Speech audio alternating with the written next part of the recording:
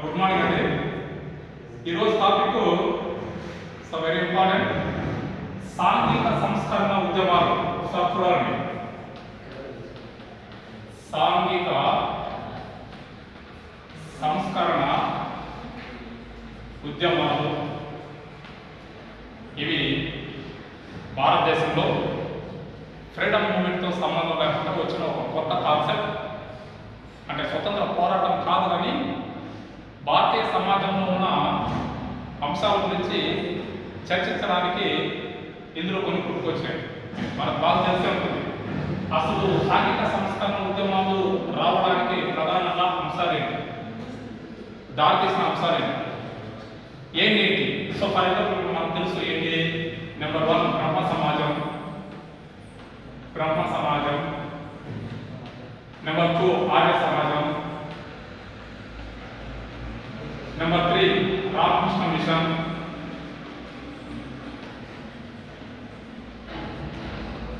Number 4 ప్రార్థనా సమాజం. Number 5 దివ్యజ్ఞాన సమాజం.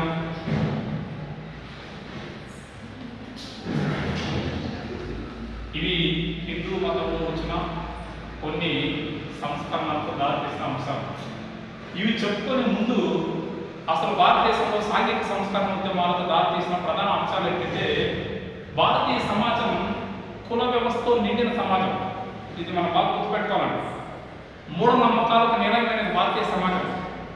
అనేక మూఢనమ్మకాలు, అది కాస్ట్ ఫీలింగ్ కానీ, లేదంటే మనకు ఈ సమాజంలో మూఢనమ్మకాలు, బల్లి పలికితే ఒక అరెస్టం అని, ఇల్లు అడ్డం వస్తే మరొక అరెస్టం అని, విధవరాలు ఇంట్లో ఉంటే ఒక అరెస్టం అని, అలాగే మనం ఎక్కడైనా వెళ్తున్నప్పుడు ఎవరైనా తక్కువ కులం వాళ్ళు అడ్డం వస్తుంటే ఆ పని జరగదని, అలాగే తక్కువ కులం వాళ్ళు మన పక్కన కూర్చోకూడదని, ఇలా రకరకాలుగా అంటుకోకూడదు, ముట్టుకోకూడదు, వాళ్ళ లోపలికి రాకూడదు, వీళ్ళు మన ఇంట్లోకి వెళ్ళకూడదు, వాళ్ళ ఆకులం చెందిన వాళ్ళు వాళ్ళ ఇంట్లో మేము తినకూడదు, వీళ్ళు మా ఇంట్లో తినకూడదు, వాళ్ళ కాడ మేము తినలేము, వీళ్ళు ముట్టుకొని వాళ్ళు పెట్టుకోలేము. ఇలా అనేక సమస్యల దృక్పథంతో ఆనాడికి అలా ఉంది. ఈ రోజు కూడా అలాగే ఉంది.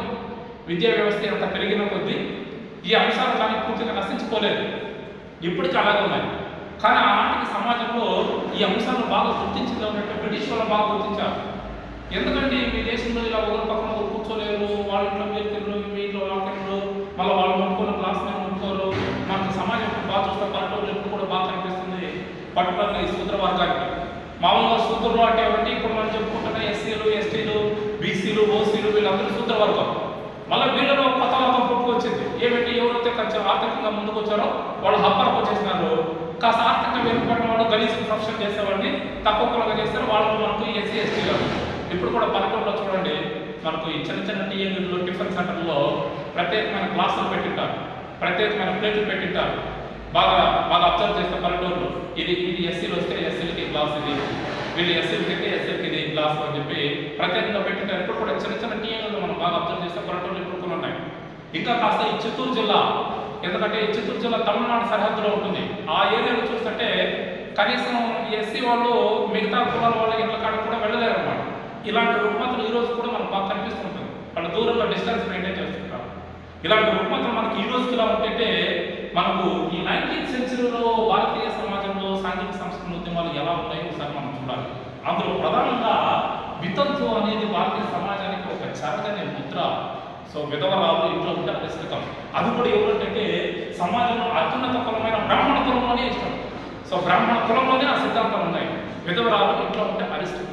కానీ బ్రిటిష్ వాళ్ళకి అలా ఏం లేదన్నమాట. సో ఎందుకంటే వాళ్ళు పెద్దగా దాన్ని పట్టించుకోలేదు.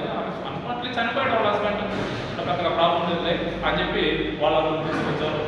బట్ కాకపోతే ఆ విధవరాలు ఇంట్లో ఉండడం పరిస్థితం అని చెప్పి మనకు ఈ సతీ వ్యవస్థ చేయడం అనేది బాగా కనిపిస్తూ ఉంటుంది. అలా ఈ అన్ని సమాజాల వాళ్ళు ఇక్కడ చెప్పుకున్న బ్రహ్మ సమాజం, ఆర్య సమాజం, రామకృష్ణ మిషన్, ప్రార్థనా సమాజం, దివ్యజ్ఞాన సమాజం వీళ్ళందరూ రావడానికి ప్రధాన కారణం ఏంటంటే, భారతీయ ప్రజల్ని చైతన్యవంతం చేయాలి. ఇది తప్పయ్య బాబు, ఇప్పుడు మనం పోతున్నాము, పిల్లి అడ్డం వచ్చేయండి, ఎదుకు వచ్చేస్తాం మనం, ఈరోజు పోయిన పని జరగదని. పిల్లి కూడా అలాగే అనుకుంటుంది కదా, వీడు కూడా అడ్డం వచ్చినట్టు ఆ పని జరుగుతుందని చెప్పింది. సో అలా కాదండి, జరిగే సమయానికి ఏదైనా జరిగిపోతుంది. దాన్ని మనం ఎవరు ఆపలేదు.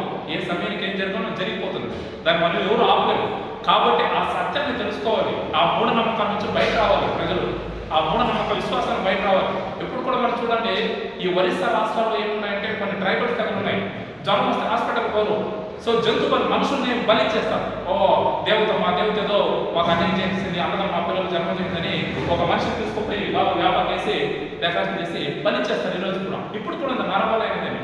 సో అలాంటివి ఈ మూఢనమ్మకాల నుంచి భారతీయ సమాజాన్ని బయట వేయాలని చెప్పి మనకు భారతీయ సమాజంలో సాంఘిక సంస్కరణ ఉద్యమాలు తీసుకోవడం జరిగిందండి. సో ఇదండి ఇవాళ క్లాసు. రేపు క్లాసులో మొదటి అంశం బ్రహ్మ సమాజం, రాజా రామ్మోహన్ రాయ్ ఎందుకు ఏంటి అనేది రేపు క్లాసులో చూస్తాం. Thank you.